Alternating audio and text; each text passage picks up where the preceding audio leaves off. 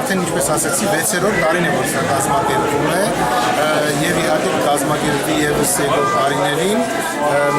ինքը նախատոնական միշտ եղել է, բայց այս տարի նաեւ տոնական օրերին կազմակերպվեց, այսինքն ինքը շատ ընդլայնվեց։ Եկող տարին ունենանք նոր անակնկալներ, արդեն նախատեսում ենք հետաքրքիր համագործակցություն արտասահմանյան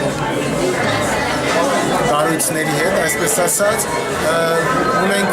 շատ հաջողված խաղեր, որ եկող տարի պետք է զարգացնենք, շատացնենք, ավելացնենք եւ քանակով եւ որակական նպատակն է, որ անընդհատ մենք կարողանանք գույնավորել քաղաքը եւ ինչպես ասեմ,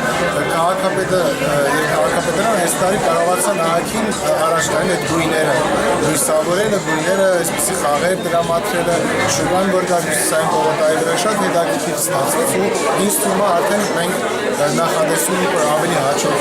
կլինի եկող տարիներին։ Նշեցիք հաջողված խաղերի մասին, կային հաջողված խաղեր։ Իհարկե, ցանկացած միջոցառման ավելի ուժեղ եւ ավելի թույլ կողմերը կան։ Յուրաքանչյուր միջոցառում, կամ այսպես ասած, եթե խաղերը վերցնենք, շախմատի խաղերը շատ հաջող է, շատ են սիրում։ Այնտեղ կար